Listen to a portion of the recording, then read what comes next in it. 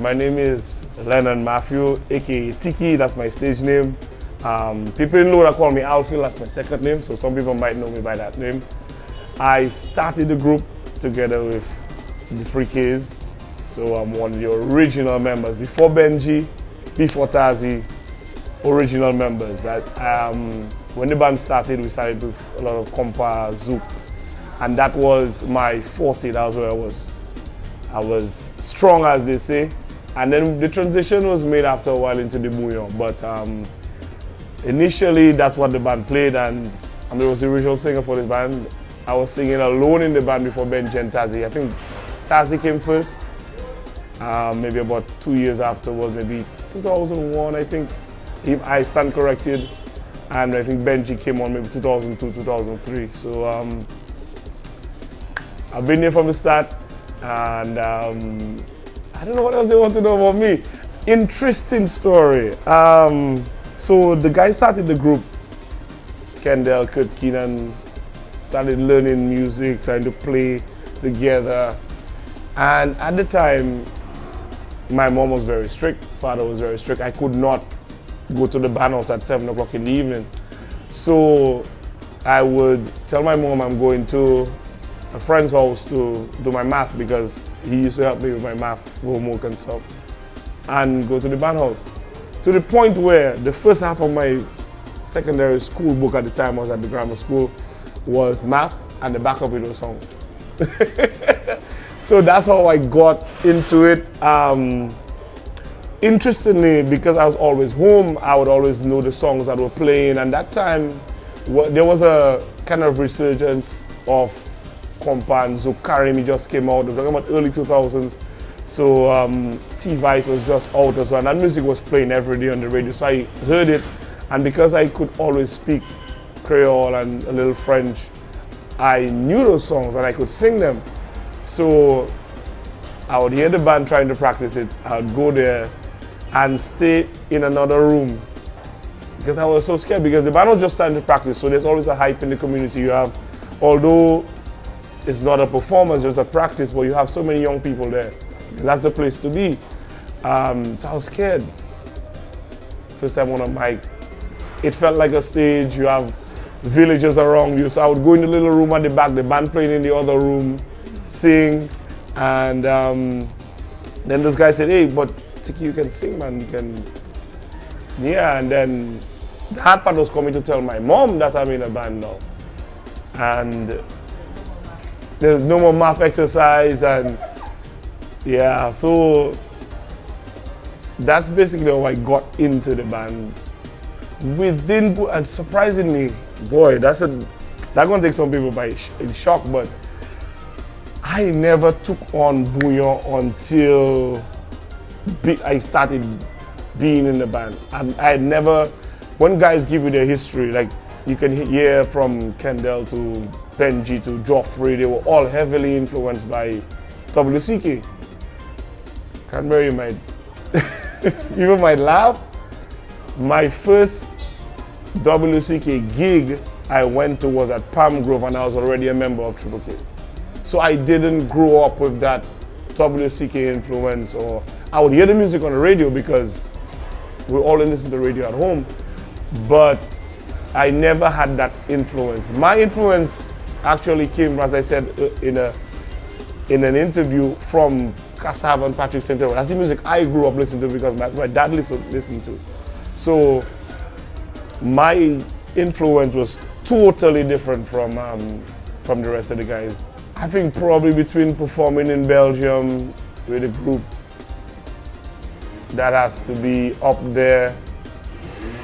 I remember once receiving the Cadas torch from DBS. I think that was a milestone. That happened at Fort Young, I think, years ago. Boy, that's actually I have to ring back those years. But those two events stand out: the Belgium and then the Fort Young receiving the Cadas torch, because we were almost tipped to be the next Cadas group, because we were so much into compa and zouk. But then there was this void. Remember that I said that you had the demise of WCK and then the decline of Serenade, and they were just a void in the music industry, and we just filled in that void and never looked back. Well, that's self-evident. What I said earlier, I started heavily on Creole music. Heavily, that's what I would write, that's what I would sing, and I think some of the melodies and some of the styles have switched over into the Bouyon.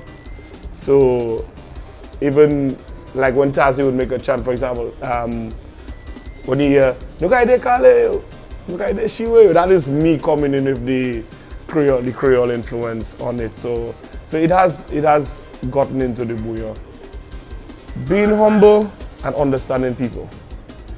I think being humble,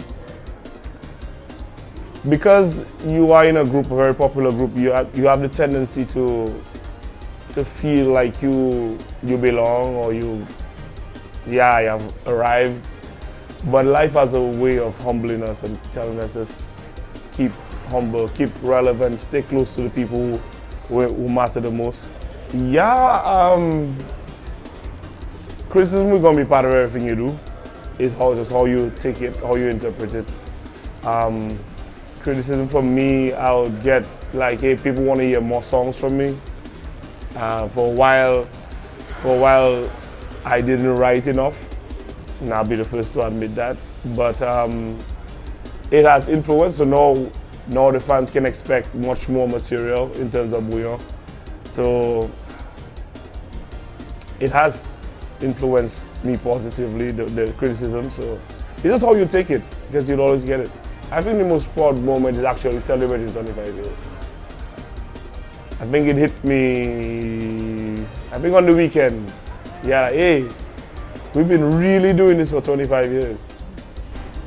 25, not 5, not 10, not 15, not 20. Yeah, celebrating the Silver Jubilee, 25 years of the group. Yeah, that has to be the crowning achievement. The change in the band over 25, I think the change came, as I said, when we had that void in the music industry in Dominica. The band had began performing and played a little more Bouyon, but then there was a void. There was this space that needed to be filled, and it changed me, because remember, the band was on a trajectory of Creole music, more Zouk, and then we transitioned into that more Bouyon style. So having to switch over,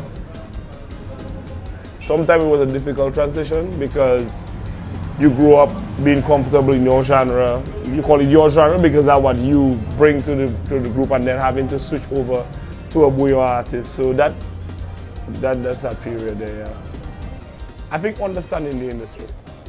I think for too long we took it at face value, take it at how it comes, understanding our local market too much and not understanding the whole musical market, how as I said earlier, my advice to the younger artists, understanding production rights and copyrights, and understanding how that works, and how percentages work, and how you get paid for your music, and because our first couple albums, I don't think we ever looked at that, and who own the rights to the music, and who stands to benefit the most from your music after producing it. We did not even do that. So I think that stands out. If I have to advise my younger self, is to educate myself on these things and do the necessary. All right, so to all the fans who were asking for Tiki, Tiki is here, Tiki is well. Look forward to some more music coming out this year, 2025. So that's it. Till next time.